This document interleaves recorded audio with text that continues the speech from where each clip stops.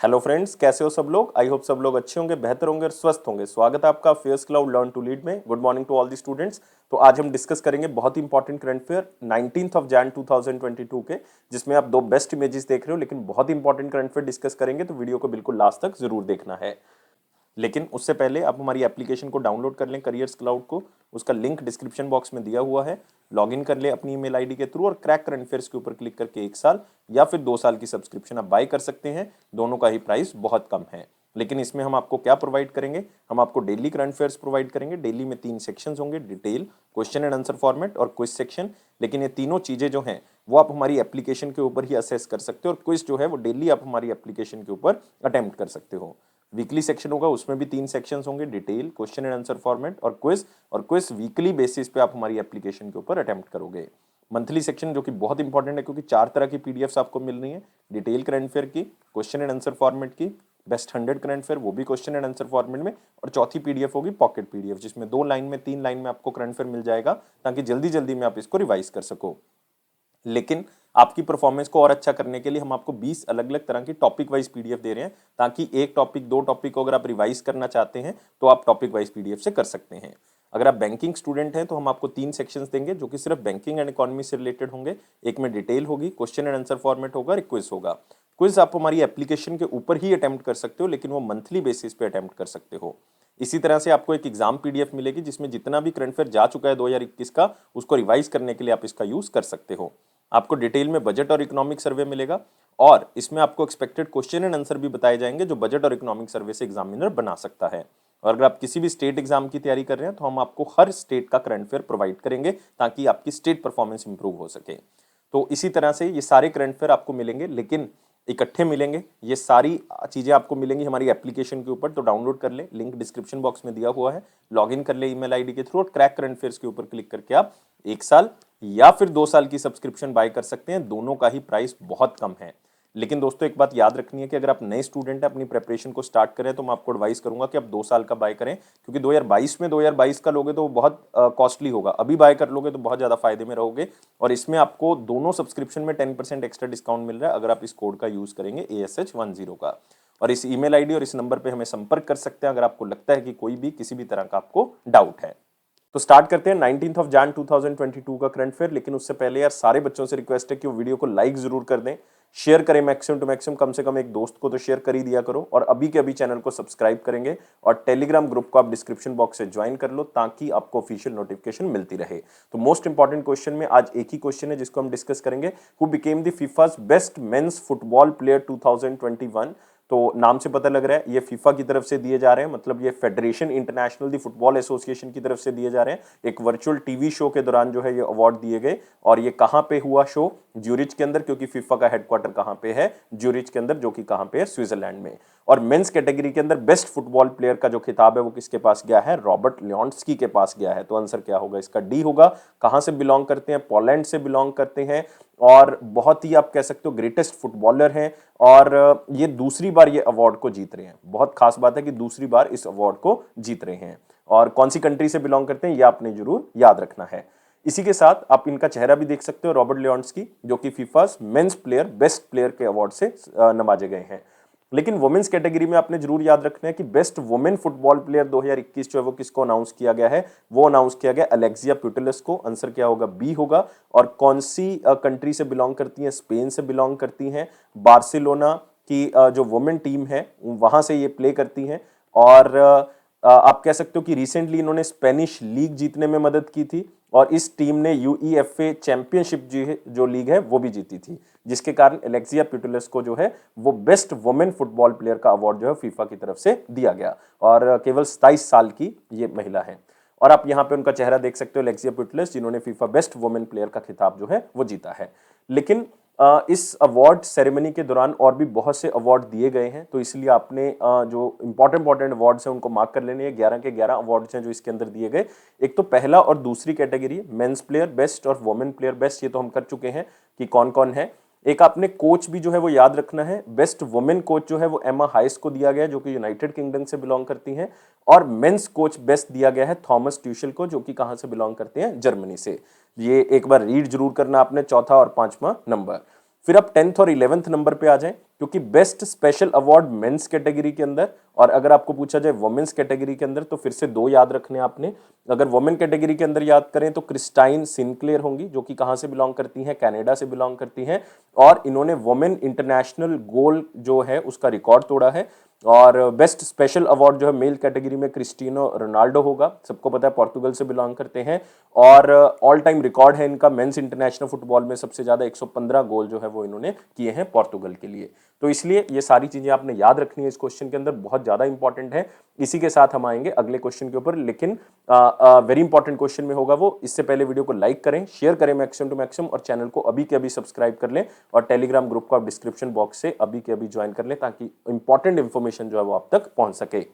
So very important question में हमारा पहला क्वेश्चन है, किसको पॉइंट किया गया chairman of apparel export promotion council. तो अपैरल मतलब कपड़ों का जो एक्सपोर्ट है उसके लिए एक प्रमोशन करने के लिए काउंसिल बनाई हुई है मिनिस्ट्री ऑफ टेक्सटाइल की तरफ से, और इस काउंसिल के नए चेयरमैन जो है वो कौन अपॉइंट किए गए हैं। तो नाम याद रखना है, नाम क्या है, नरेंद्र कुमार गोयनका। तो डी आंसर होगा नरेंद्र कुमार गोयनका। खुद एक फाउंडर है, मैनेजिंग डायरेक्टर है, कौन सी कंपनी के, टेक्सपोर्ट इंडस्ट्रीज के मालिक हैं, और उनको चेयरमैन बनाया गया है अपैरल एक्सपोर्ट प्रमोशन काउंसिल का, याद रखना है। और ये बॉडी जो है जितना भी कपड़ा एक्सपोर्ट करना है उसको प्रमोट करती है, और ज्यादा से ज्यादा कपड़ा एक्सपोर्ट किया जा सके इंडिया के बाहर, तो उसके लिए जो है वो ये प्रमोशन का काम करती है और अलग अलग तरह की सुविधाएं जो है वो जनरेट करती है। इससे पहले ये पोजीशन जो है वो डॉक्टर ए शक्तिवेल के साथ पास थी। तो याद रखना है शक्तिवेल, जो कि इस पोजीशन के ऊपर जो है वो जनवरी 2020 से थे, लेकिन अब जो है उनकी जगह पे नरेंद्र कुमार गोयनका जी को अपॉइंट किया गया है। और इस काउंसिल को 1978 में बनाया गया था under the ministry of textile, और इसका हेडक्वार्टर कहां पे है, गुरुग्राम के अंदर। आप नरेंद्र कुमार गोयनका जी का चेहरा देख सकते हो और इस न्यूज को याद रख सकते हैं। इनको अपॉइंट किया गया है अपैरल एक्सपोर्ट प्रमोशन काउंसिल का नया चेयरमैन। लेकिन साथ ही साथ जो बाकी 3 अपॉइंटमेंट्स देख रहे हो वो भी बहुत इंपॉर्टेंट है। लाइक आप राधिका झा का नाम देख रहे हो यहाँ पे, रिसेंटली इनको अपॉइंट किया गया है नया सीईओ, कौन सी ऑर्गेनाइजेशन का, ईईएसएल का, मतलब एनर्जी एफिशिएंसी सर्विसेज लिमिटेड का। राजीव आहूजा, बहुत इंपॉर्टेंट न्यूज है बैंकिंग स्टूडेंट्स के लिए, नए मैनेजिंग डायरेक्टर बनाए गए हैं, कौन से बैंक के, आरबीएल बैंक के, आरबीएल बैंक के। नेक्स्ट संजय जैन, अगेन बहुत सी इंपॉर्टेंट अपॉइंटमेंट है, चीफ एग्जीक्यूटिव अपॉइंट किए गए हैं ये India debt resolution company limited के, India debt resolution company limited के। तो इसी के साथ अगले क्वेश्चन के ऊपर आते हैं, कौन सी कंपनी ने पार्टनरशिप की है bank of Baroda financial solutions के साथ और national payment corporation of India के साथ, ताकि को ब्रांडेड कॉन्टेक्टलेस रुपए क्रेडिट कार्ड जो है वो लॉन्च किया जा सके।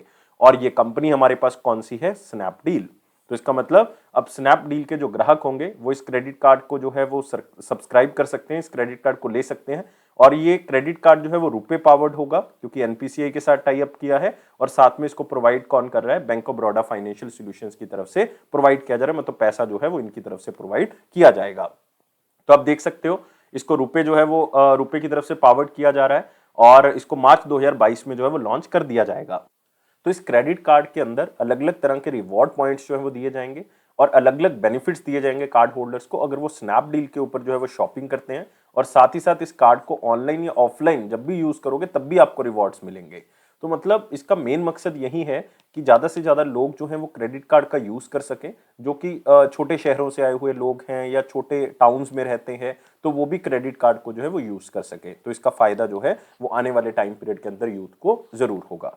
और स्नैपडील के बारे में याद रखें, स्नैपडील के जो फाउंडर हैं या आप कह सकते हो करंटली जो प्रेसिडेंट हैं वो कौन है, हिमांशु चक्रवर्ती, हिमांशु चक्रवर्ती। और इसकी स्थापना जो है वो 2010 में की गई थी। इसका हेडक्वार्टर कहां पे है, गुरुग्राम के अंदर। और इसी के साथ एनपीसीआई के बारे में भी याद रखें, इसकी स्थापना 2008 में की गई थी और इसके जो हेड हैं वो कौन है, दिलीप असबे। और bank of Baroda financial services के बारे में भी जो है वो आप याद रख सकते हैं, या फाइनेंशियल सॉल्यूशंस के बारे में, कि इसकी स्थापना जो है वो 1994 में की गई थी। ये बैंक ऑफ बड़ौदा की ही एक सब्सिडरी है या उसका एक क्रेडिट आर्म है आप कह सकते हो। इसके एमडी और सीईओ जो हैं वो शैलेंद्र सिंह हैं, Shailendra Singh.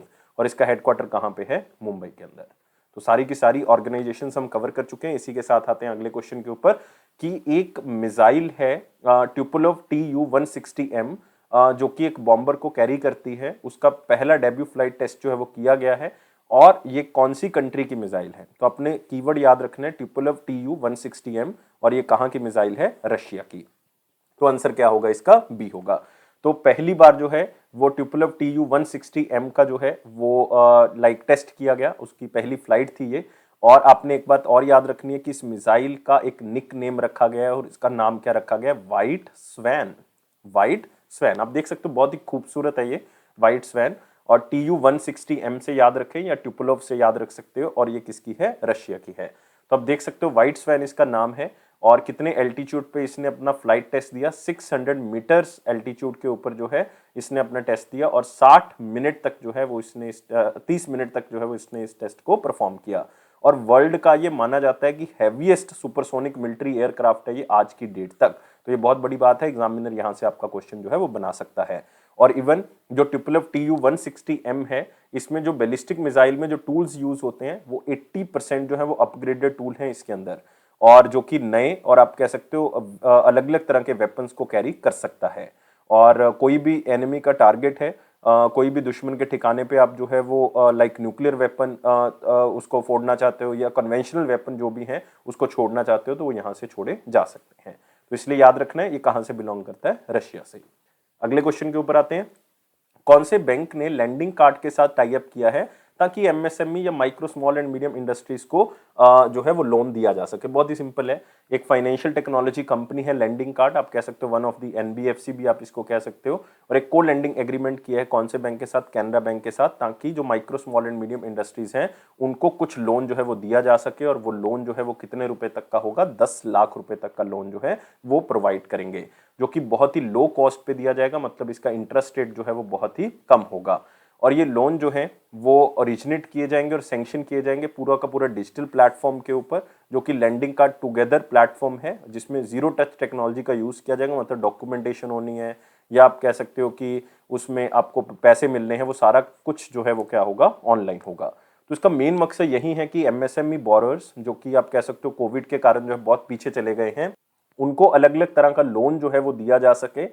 Maximum to maximum 10 lakh यहां से मिल सकता है। और प्रायोरिटी सेक्टर इनिशिएटिव या प्रायोरिटी सेक्टर लैंडिंग के अंदर जो आरबीआई की गाइडलाइंस है उसको भी पूरा किया जा सके। लेकिन यहाँ पे दो ऑर्गेनाइजेशंस आप देख रहे हो, एक तो लैंडिंग कार्ड देख रहे हो, याद रख सकते हो कि इसके को फाउंडर और सीईओ कौन है, हर्षवर्धन लूनिया। हर्षवर्धन लूनिया। और इसका हेडक्वार्टर कहां पे है, अहमदाबाद, गुजरात के अंदर। और कैनरा बैंक के बारे में सारी चीजें याद रखनी है, 1906 में इसको बनाया गया था। इसके एमडी और सीईओ हैं एलवी प्रभाकर, और इसका हेडक्वार्टर जो है वो बेंगलुरु में है, कर्नाटका के अंदर। और इसकी टैगलाइन है together we can, together we can. अगले क्वेश्चन के ऊपर आते हैं। कौन सी स्टेट ने पार्टनरशिप की है वर्ल्ड फूड प्रोग्राम के साथ, ताकि स्टेट के अंदर फूड सिक्योरिटी जो है वो इंप्रूव की जा सके, और साथ ही साथ फार्मर्स को क्लाइमेट के बारे में जानकारी देके हम फूड सिक्योरिटी को और अच्छा या और मजबूत कर सकते हैं। और ये स्टेट हमारे पास कौन सी है, ओडिशा। तो आंसर यहाँ पे क्या होगा, डी होगा। तो आप देख सकते हो यहाँ पे ओडिशा गवर्नमेंट ने वर्ल्ड फूड प्रोग्राम के साथ टाई अप किया है, ताकि फूड सिक्योरिटी जो है वो उसको मजबूत किया जा सके। स्मॉल फार्मर्स को हम जो है वो क्लाइमेट या क्लाइमेट चेंज के बारे में बता के किस तरह से उससे जो है वो आप संभल सकते हो, उन चीजों के बारे में बता के हम जो है वो क्या कर सकते हैं, फूड सिक्योरिटी को इंप्रूव कर सकते हैं। तो एक तरह से पायलट प्रोजेक्ट है ये, जो कि क्लाइमेट एडवाइजर्स के साथ मिलकर चलाया जाएगा। और क्लाइमेट एडवाइजर्स जो हैं वो छोटे जो किसान हैं उड़ीसा के अंदर, उनको बताएंगे कि किस तरह से क्लाइमेट चेंज अगर हो रहा है तो कौन सी टेक्नोलॉजी आप यूज कर सकते हो, किस तरह से खेती कर सकते हो। क्योंकि 90% से ज्यादा फार्मिंग कम्युनिटी उड़ीसा के अंदर छोटे फार्मर से बड़ी हुई है। अगर उनको हम सही तरह से बता देते हैं कि क्लाइमेट चेंज जो हो रहा है उसमें किस तरह की मिट्टी, कौन से जो है वो कौन सी कृषि जो है वो की जा सकती है, उसके थ्रू हम उनकी इनकम भी बढ़ा सकते हैं और उनका रहने का तरीका भी जो है वो इम्प्रूव कर सकते हैं। तो इसमें जो वर्ल्ड फूड प्रोग्राम है और साथ में जो डिपार्टमेंट ऑफ एग्रीकल्चर और फार्मर्स है, तो वो दोनों मिलके जो है वो कुछ ऐसे टूल्स डेवलप करेंगे या कुछ ऐसी गाइडलाइंस देंगे जिससे क्लाइमेट सर्विसेज जो है वो छोटे फार्मर्स या छोटे किसानों तक पहुंच सके। और इसमें फार्मर्स को अगर पहले से ही पता होगा अलग अलग तरह की चीजों के बारे में, तो वो अपनी कृषि को और प्रोडक्टिव बना सकते हैं, उसमें और फसल जो है वो जनरेट हो सकती है। तो उससे उनकी इनकम और उनका रहने का तरीका जो है वो जरूर इंप्रूव होगा। तो आपने याद रखना है, हम बात करें कौन सी स्टेट की, ओडिशा। यहाँ के चीफ मिनिस्टर हैं नवीन पटनायक जी और यहाँ के गवर्नर हैं गणेशी लाल। और यहाँ पे आपको मिलेगा बहुत important national park, Bhitarkanika national park. याद रखोगे, भीतरकनिका नेशनल पार्क। और यहीं पे एक बायोस्फीयर रिजर्व मिलेगा, सिमलीपाल बायोस्फीयर रिजर्व, बहुत इंपॉर्टेंट है ये। इसी के साथ अगले क्वेश्चन के ऊपर आते हैं। कौन सी कंपनी और भारत बिल पे ने लॉन्च किया है क्लिक पे सर्विसेज को ताकि बिल पेमेंट्स जो हैं वो की जा सके उस कंपनी के माध्यम से। तो आंसर क्या है? मोबीक्विक। तो आंसर क्या होगा? सी होगा। तो यहाँ पे आप देख सकते हो मोबीक्विक और भारत बिल पे ने क्लिक पे सर्विसेज को लॉन्च किया है, ताकि आप मोबीक्विक के थ्रू जो है वो हर तरह की पेमेंट जो है वो कर सकते हो, जैसे कि मोबाइल, गैस, वाटर, इलेक्ट्रिसिटी, अपना कोई डीटीएच कनेक्शन है, इंश्योरेंस है, लोन ईएमआई है, वो आप अपने मोबाइल फोन से ही कर सकते हो। और क्लिक पे सर्विसेज बहुत ही अच्छा सिस्टम है। इसमें क्या होगा, लाइक गैस का बिल जो है वो देना है, तो आपको गैस कंपनी जो है वो एक मैसेज करेगी और उसमें ही पेमेंट का लिंक होगा, उसके ऊपर क्लिक करेंगे और अपने आप ही पेमेंट जो है वो यहाँ से हो जानी है। और ये एक 2 फैक्टर ऑथेंटिफिकेशन जो है वो सिस्टम है, जिसमें अगर 5,000 से ज्यादा की पेमेंट होती है तो आपको ओटीपी वगैरह जो है वो पूछा जाता है। तो इसलिए आपने याद रखना है क्लिक पे सर्विस बेसिकली क्या है, और डायरेक्टली आप पेमेंट जो है वो अपने मोबाइल फोन के थ्रू जो है वो कर सकते हो जब भी आपके पास मैसेज का लिंक आएगा। इसका मतलब गलत पेमेंट होने के चांसेस जो है इसमें नहीं है। लेकिन इसमें कंपनी इंपॉर्टेंट है मोबीक्विक। 2019 में मोबीक्विक को आरबीआई ने ऑथराइज किया था कि वो Bharat bill payment operating unit जो है वो बन सकते हैं, तो बहुत बड़ी बात थी। और इसमें 60 बैंक्स और नॉन बैंक्स जो है वो जुड़े हुए हैं, जो कि Bharat bill payment services platform को यूज करते हैं, तो मोबीक्विक के थ्रू जो है वो जुड़े हुए हैं। इसके को फाउंडर और सीईओ कौन है? चंदन जोशी। चंदन जोशी। और यहाँ पे आप national payment corporation of India का भारत बिल पे लिमिटेड भी जो है वो देख सकते हो। इसकी सीईओ जो है वो कौन है? नुपुर चतुर्वेदी। याद रखना है, रिसेंटली 2021 में इनको अपॉइंट किया गया था, नुपुर चतुर्वेदी। और इसका हेडक्वार्टर कहाँ पे है? न्यू दिल्ली। अगले क्वेश्चन के ऊपर आते हैं। कौन सी कंपनी ने एरो 3 बैलिस्टिक मिसाइल को टेस्ट किया है इजराइल के अंदर? तो यहां से एक आंसर तो क्लियर है कि इजराइल तो होगा ही होगा, साथ में जो है वो यूनाइटेड स्टेट्स ऑफ अमेरिका भी है। तो आंसर क्या होगा इसका? बोथ बी एंड सी। तो आप देख सकते हैं यहाँ पे ये ज्वाइंटली प्रोजेक्ट डेवलप किया गया, इजराइल का मिसाइल डिफेंस ऑर्गेनाइजेशन और अमेरिका का मिसाइल डिफेंस एजेंसी, दोनों ने मिलकर इसको जो है वो डेवलप किया है। और एक बेहतरीन आप कह सकते हो एरो 3 मिसाइल है, इसका बहुत बार टेस्ट जो है वो हो चुका है। तो ये डिफेंस सिस्टम को इजराइल के और मजबूत करेगा, क्योंकि इजराइल ने इसको तैनात करना है। जैसे उनका एक आयरन डोम सिस्टम है, तो आयरन डोम लाइक इस तरह से एक शील्ड बन जाती है, जिसके अंदर कोई भी शॉर्ट रेंज रॉकेट जो है वो आते हैं तो वो वहीं पे जो है वो क्या कर दिए जाते हैं? खत्म कर दिए जाते हैं। तो एरो 3 वेपन भी इसी तरह का वेपन है, जो कि इजराइल एरोस्पेस इंडस्ट्री की तरफ से बनाया गया। और कोई भी इनकमिंग थ्रेट लाइक कोई मिसाइल आ रही है, कुछ भी आ रहा है, तो उसको रस्ते में ही खत्म करने का दम रखता है ये एरो 3, इसीलिए इसका नाम क्या रखा गया है? एरो रखा गया है। और ये अभी इजराइल का most advanced long range missile defence system बन चुका है ये आयरन डोम। और आप कह सकते हो कि किसी भी बैलिस्टिक मिसाइल को आते हुए वहीं पे क्या कर देगा? ये खत्म कर देगा। और अर्थ एटमॉस्फेयर के इवन बाहर भी खत्म कर सकता है ये। और इतनी कैपेबिलिटी मतलब इसकी है, चाहे वो न्यूक्लियर वेपन हो, चाहे बायोलॉजिकल हो, चाहे केमिकल हो, चाहे कोई भी कन्वेंशनल हो, जो भी कोई कंट्री यूज कर रही है, किसी को भी ये खत्म कर सकता है। तो अपने आप में इजराइल जो है बहुत ही एक मजबूत कंट्री के तौर पे आगे उभर रहा है, खास करके डिफेंस सेक्टर के अंदर। और प्राइम मिनिस्टर याद रखोगे कौन है? Naftali Bennett. लास्ट ईयर इनको चुना गया था और कैपिटल है जेरूसलेम, और यहाँ की करेंसी है इजरायली शिकल। अगले क्वेश्चन के ऊपर आएंगे। अगला क्वेश्चन है हमारे पास, रिसेंटली पद्म श्री नारायण देवनाथ जी, उनका देहांत हो गया है, और वो बहुत फेमस क्या थे? कार्टूनिस्ट थे। और वो कौन सी स्टेट से बिलोंग करते थे? वो बिलोंग करते थे वेस्ट बंगाल। उनका जन्म भी जो है वो कहाँ पे हुआ था? वेस्ट बंगाल के अंदर। तो आपने याद रखना है कि वेस्ट बंगाल के बहुत ही फेमस कार्टूनिस्ट जिनका नाम है नारायण देवनाथ, उनका देहांत हो गया, उनको पद्म श्री भी जो है वो मिल चुका है, बहुत बड़ी बात है। उनके नाम पे एक रिकॉर्ड है कि वो लॉन्गेस्ट रनिंग कॉमिक जो है वो चला रहे हैं, एक इंडिविजुअल आर्टिस्ट के द्वारा नहीं चलाई गई अभी तक इतने बड़े समय तक, जिसका नाम है हद बोंदा। इसका मतलब होता है बेवकूफ। क्या मतलब होता है इसका? बेवकूफ। Comic series which have completed 53 साल जो है वो हो चुके हैं, और ये एक रिकॉर्ड है कि किसी ने इतने लंबे समय तक कोई रनिंग कॉमिक सीरीज जो है वो चलाई हो। और इनको पद्मश्री मिल चुका है, 2021 में ही मिला है आर्ट्स के क्षेत्र में।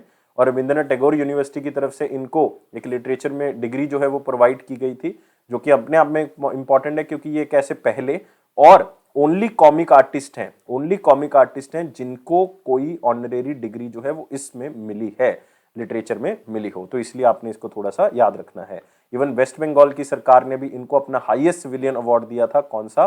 बांगा विभूषण अवार्ड 2013 में दिया गया था। इनको बाल साहित्य पुरस्कार भी जो है वो 2013 के लिए जो है वो मिला था, क्योंकि इन्होंने एक कॉमिक बुक लिखी थी जिसका नाम था समगर। ये बाल साहित्य पुरस्कार के लिए नॉमिनेट किए गए थे 2013 में। तो अपने आप में एक बहुत बड़ा नाम है, इसलिए आपने सारी चीजें जो है वो याद रखनी है। नाम है नारायण देबनाथ, कार्टूनिस्ट थे, कौन सी स्टेट से बिलोंग करते हैं? वेस्ट बंगाल से। सेबी ने जो भी सेटलमेंट एप्लीकेशंस आपने डालनी है उसका टाइमलाइन जो है वो कम कर दिया है, ताकि एफिशिएंसी जो है वो बढ़ाई जा सके और सिस्टम जो है वो और भी एफिशिएंट हो सके। पहले इसका टाइमलाइन जो होता था वो 180 दिन का होता था, लेकिन अब जो है सेटलमेंट एप्लीकेशन डालने का जो टाइम पीरियड है वो सिर्फ 60 दिन का ही रह गया। मतलब पहले जो है वो 6 महीने था, लेकिन अब जो है वो 2 महीने ही रह गया है। तो आप देख सकते हो यहाँ पे SEBI cuts time period for filing settlement application to 60 days, और एडिशनल 120 दिन जो है वो मिल सकते हैं अगर एप्लीकेंट जो है वो 25% एडिशनल पेमेंट जो है वो दे देता है जितने भी सेटलमेंट चार्जेस के होते हैं। तो उसके बिना 120 दिन जो है वो आपको और मिल जाएंगे। तो टोटल मिला के 180 मिल सकते हैं, लेकिन 120 उसमें से तभी मिलेंगे जब 25% सेटलमेंट चार्जेस के आप ज्यादा पे करोगे, और ये पेमेंट गेटवे के थ्रू ही करोगे जो सेबी ने प्रिस्क्राइब किया है। तो सेबी ने अपना एक रूल अमेंड किया जिसको कहते हैं SEBI settlement proceeding regulation act of 2018, अब वो 2022 बन चुका है। तो बहुत इंपॉर्टेंट है, और इसमें सेबी के बारे में याद रखें, सेबी की स्थापना जो है वो 1988 में की गई थी, लेकिन सेबी स्टैट्यूटरी बॉडी मतलब सेबी एक्ट जो है वो 1992 में बना है। इसका हेडक्वार्टर कहां पे? मुंबई में, और इसके चेयरमैन कौन है? अजय त्यागी जी। अगले क्वेश्चन के ऊपर आते हैं, जो कि एक पिक्चर से करोगे। Union minister for road transport and highways Nitin Gadkari ji ने एक नया सिस्टम या एक ट्रैकिंग एप्लीकेशन लॉन्च किया, जिसका डेवलप किसने किया था? माधव बॉग पावर मैप ने। इसका मतलब जो है ये एक ऑर्गेनाइजेशन है जिसका नाम है वैद्या सेन आयुर्वेदा लैब। वैद्या सेन आयुर्वेदा लैब, उन्होंने इसको बनाया है। इंडिया का पहला intelligent chronic disease patient habit tracking system है ये।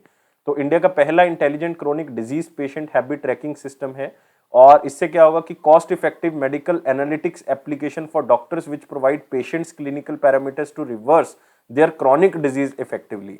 तो एक एप्लीकेशन है जिसके थ्रू जो है वो पेशेंट का डाटा उसमें स्टोर होगा, जिस एप्लीकेशन का नाम है MIB पल्स। तो उसके अंदर जो है वो हर तरह की जो है वो आपका डाटा जो है वो स्टोर होगा, जिसमें आप अपनी हैबिट्स लिखोगे, उसमें डालते रहोगे, जिसके कारण डॉक्टर जो है वो उसको देखेगा। डॉक्टर देखने के बाद उस एप्लीकेशन के थ्रू जो है वो आपको बताएगा कि कौन कौन सी चीजें आपने नहीं करनी, ताकि आपका जो क्रॉनिक प्रॉब्लम है उसको रिवर्स किया जा सके, मतलब उसको ठीक किया जा सके। तो डॉक्टर जो है वो डिजिटल पेशेंट हेल्थ रिकॉर्ड्स जो है वो क्रिएट कर सकते हैं, इवन पेपरलेस तौर पे आप कह सकते हो, हैसल फ्री है और इफेक्टिव है, क्योंकि आप डॉक्टर उधर से देखेगा, अपडेट करेगा, पेशेंट इधर से एप्लीकेशन में देख लेगा कि क्या अपडेट हुआ है और कौन सी चीज देखनी है।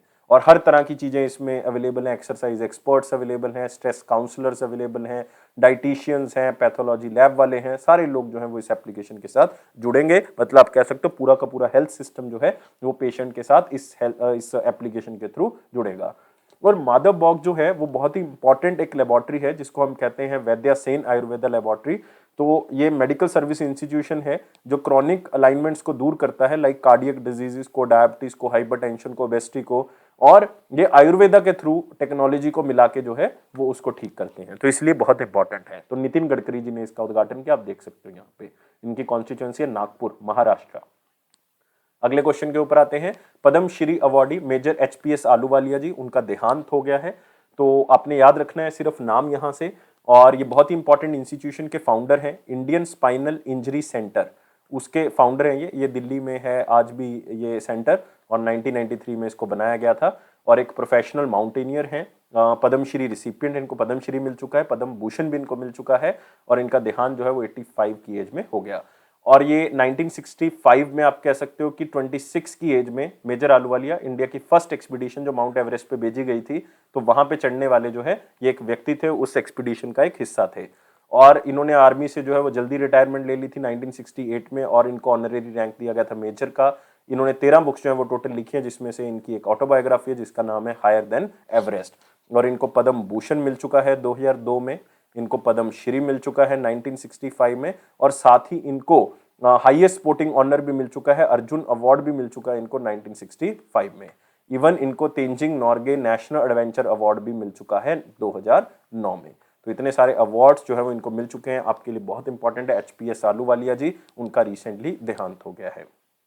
अब आते हैं इंपॉर्टेंट क्वेश्चन सेक्शन के ऊपर, लेकिन वीडियो को लाइक करना है, शेयर करें मैक्सिमम टू मैक्सिमम, और चैनल को सब्सक्राइब कर लें, और टेलीग्राम ग्रुप को आप डिस्क्रिप्शन बॉक्स से ज्वाइन कर सकते हैं। क्वेश्चन क्या है? इंडिया ने एक टारगेट सेट किया है एक्सपोर्ट का इस फाइनेंशियल ईयर 22 में, या आप कह सकते हो 21-22 में, ये मिनिस्ट्री ऑफ कॉमर्स और इंडस्ट्रीज का एक डाटा है। उन्होंने बताया कि हम 2020-21 का जो फाइनेंशियल ईयर 21-22 का, उसके एंड तक, मतलब मार्च 2022 के एंड तक जो है वो हम $650 बिलियन का जो है वो ट्रेड का टारगेट जो है वो अचीव करेंगे, जिसमें से $400 बिलियन का टारगेट जो है वो मर्चेंडाइज एक्सपोर्ट है, मतलब गुड्स का एक्सपोर्ट है, और $250 का जो है, $250 बिलियन का, इसमें जो है वो किसका होगा, सर्विसेज का होगा। अभी तक इस 400 में हम 300 को अचीव कर पाए 9 महीनों के अंदर, अभी 3 महीनों का पेंडिंग है, तो देखते हैं कि कितना और हम जो है वो इसमें ऐड कर सकते हैं, या इसको अचीव कर भी पाएंगे या नहीं। लेकिन जो यूनियन मिनिस्टर हैं पीयूष गोयल जी, उन्होंने बताया कि हम इसको जरूर अचीव करेंगे। तो सिंपल क्वेश्चन है, स्टैटिक क्वेश्चन है, कि याद रखना है कि कितना टारगेट जो है वो रखा गया था। नेक्स्ट एक है, मिनिस्ट्री ऑफ इलेक्ट्रॉनिक्स और इंफॉर्मेशन टेक्नोलॉजी ने एक लाइक आप कह सकते हो कि ट्रेनिंग कैंप जो है वो ऑर्गेनाइज किया है, ट्रेनिंग ड्राइव जो है वो ऑर्गेनाइज की है, जो कि 26th सीसो डीप ड्राइव ट्रेनिंग प्रोग्राम है, जो कि साइबर सिक्योरिटी के बारे में अवेयरनेस प्रोवाइड करेगा। साइबर थ्रेट जो है, उससे खतरा जो है, साइबर सिक्योरिटी किस तरह से मजबूत कर सकते हैं, अलग अलग टॉपिक्स के बारे में ट्रेनिंग जो है वो प्रोवाइड करेगा। तो अवेयरनेस क्रिएट करेगा साइबर क्राइम और सेफ्टी मेजर्स के बारे में, उसके सेशंस होंगे, अवेयरनेस प्रोग्राम्स होंगे, और खास करके 1200 लोगों को इसमें ट्रेन किया जाएगा। फ्रंटलाइन इंफॉर्मेशन टेक्नोलॉजी ऑफिशियल्स होंगे गवर्नमेंट डिपार्टमेंट्स के अंदर, ताकि गवर्नमेंट की जो ऑफिशियल वेबसाइट्स हैं या उनका डाटा है उसको किस तरह से सिक्योर किया जा सकता है, क्योंकि इसमें जो टॉपिक्स होंगे वो यही होंगे, गवर्नेंस रिस्क होगा, डाटा प्राइवेसी होगा, नेटवर्क सिक्योरिटी होगा, एंड पॉइंट सिक्योरिटी होगा, क्लाउड सिक्योरिटी होगा, mobile security, cryptography, cyber security, इस तरह के जो सिक्योरिटी से रिलेटेड थ्रेट्स हैं खास करके सरकार को, वो दूर किए जा सकते हैं इस तरह की ट्रेनिंग प्रोवाइड करके। तो इंपॉर्टेंट नहीं है ये क्वेश्चन, सिर्फ इसको एक बार देख लें, रीड कर लें, ताकि ऑप्शन देख के कई बार अगर क्वेश्चन आ भी जाता है तो आप इसको टैकल कर सको। अब आते हैं वन लाइनर इंपॉर्टेंट पॉइंट में, जिसमें पहला पॉइंट है पद्म श्री अवार्डी मेजर आलूवालिया जी, उनका देहांत हो गया, हम ऑलरेडी कर चुके हैं। ग्लोबल अनएम्प्लॉयमेंट जो है वो 207 मिलियन तक पहुंच जाएगी 2022 तक। इंटरनेशनल लेबर ऑर्गेनाइजेशन का ये सर्वे है, और पहले जो है वो ये 186 मिलियन थी, तो 21 मिलियन जो है वो बढ़ने के आसार हैं इसमें। और ये इसलिए है क्योंकि कोविड-19 के नए वेरिएंट्स डेल्टा और ओमिक्रॉन जो है वो आए, और 2022 में जो ग्लोबल अनएम्प्लॉयमेंट है वो 5.9% तक रह सकती है, ये आईएलओ का सर्वे है। 2021 में अनएम्प्लॉयमेंट रेट जो है वो 6.2% था, 2022 में जो है वो 6.6% था, 2020 में 6.6% था, 2022 में जो है वो कम होने के आसार हैं, 5.9% हो सकता है। ये इंटरनेशनल लेबर ऑर्गेनाइजेशन का सर्वे है, जिसका हेडक्वार्टर जो है वो आपको जेनेवा में मिलेगा। मेंबर कंट्रीज 187 है, और इसके हेड जो है वो कौन है, गाय राइडर। सिडबी ने जो है वो कुछ फाइनेंशियल असिस्टेंस, कुछ पैसा दिया है 2 स्मॉल फाइनेंस बैंक को, एक तो एयू स्मॉल फाइनेंस बैंक को, एक जन स्मॉल फाइनेंस बैंक को, और वो टोटल पैसा कितना है, 650 करोड़ रुपए। और ये 650 करोड़ रुपए को दोनों स्मॉल फाइनेंस बैंक जो हैं वो एनबीएफसी को देंगे, वो माइक्रो फाइनेंशियल इंस्टीट्यूशन को देंगे, और माइक्रो एंटरप्रेन्योर्स, मतलब जो छोटे दुकानदार हैं, उनको ये पैसा जो है वो दिया जाएगा। लेकिन 3 ऑर्गेनाइजेशन है, तो तीनों इंपॉर्टेंट है। सिडबी के बारे में याद रखना है, small industries development bank of India, इसका हेडक्वार्टर जो है वो लखनऊ में है, और इसकी स्थापना 1990 में की गई थी, और इसके जो हेड हैं, एमडी और सीईओ हैं या चेयरमैन हैं, वो हैं एस रमनन, या आप कह सकते हो शिवा सुब्रमण्यन रमनन। नेक्स्ट है एयू स्मॉल फाइनेंस बैंक, इसके जो एमडी और सीईओ हैं वो संजय अग्रवाल हैं, संजय अग्रवाल, और इसका हेडक्वार्टर कहाँ पे, जयपुर राजस्थान में। और जो जन स्मॉल फाइनेंस बैंक है, इसके अजय कनवल हैं, अजय कनवल, और इसका जो हेडक्वार्टर है वो बेंगलुरु में है। नेक्स्ट, नॉर्थ मैसेडोनिया ने अपने नए प्राइम मिनिस्टर जो है इलेक्ट किए हैं, जिनका नाम है कोवासेव्स्की। तो सिर्फ एक बार इसको रीड कर लें ताकि ऑप्शन देख के आपको याद आ जाए। टीसीएस जो है वो नया टाइटल स्पॉन्सर और टेक्नोलॉजी पार्टनर बन गया टोरंटो वाटरफ्रंट मैराथन का। तो टीसीएस ने ये अनाउंस किया है कि हम जो है वो ऑफिशियल पार्टनर बन गए इस वर्चुअल रेस के, इस टोरंटो वाटरफ्रंट मैराथन के, और ये नवंबर 2026 तक जो है ये यहीं रहेंगे as a sponsor and technology partner.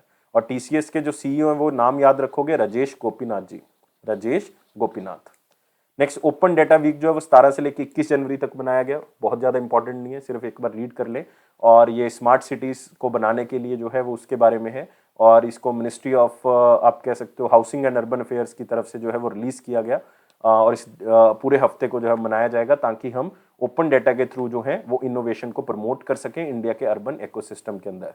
और union ministry of housing and urban affairs जो है वो किसके अंडर आती है, हरदीप सिंह पुरी जी के अंडर आती है।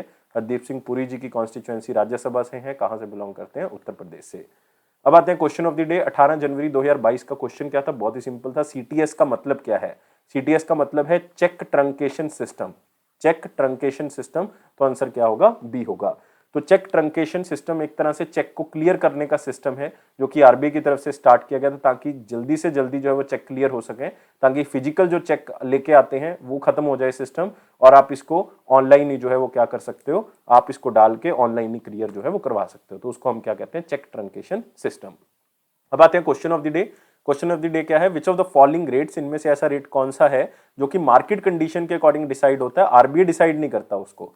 तो आप मुझे कमेंट बॉक्स में बताएंगे अपना आंसर, बहुत ही सिंपल क्वेश्चन है, लेकिन वीडियो को लाइक जरूर करना है, शेयर करें मैक्सिमम टू मैक्सिमम, और चैनल को सब्सक्राइब कर लें, और टेलीग्राम ग्रुप को आप ज्वाइन कर लें, और इस बेल बटन को प्रेस कर दें ताकि नोटिफिकेशन ऑन टाइम मिल सके। बट ये अफेयर्स क्लाउड का प्रॉमिस है कि आपके कॉन्फिडेंस को जरूर बूस्ट करेंगे, इसी तरह से हमें सपोर्ट करते रहें, और लाइफ को बहुत ज्यादा सीरियस नहीं लोगे, हमेशा खुश रहोगे स्माइली की तरह। और साथ ही साथ आपने एक काम और करना है कि जो भी गलती किसी से हो जाती है तो उसको जल्दी से जल्दी माफ जरूर कर देना है, क्योंकि अगर माफ करोगे तो ही जो है वो लाइफ के अंदर आपको खुशियां जो है वो ज्यादा मिलेंगी। Thank you guys, take care and bye bye.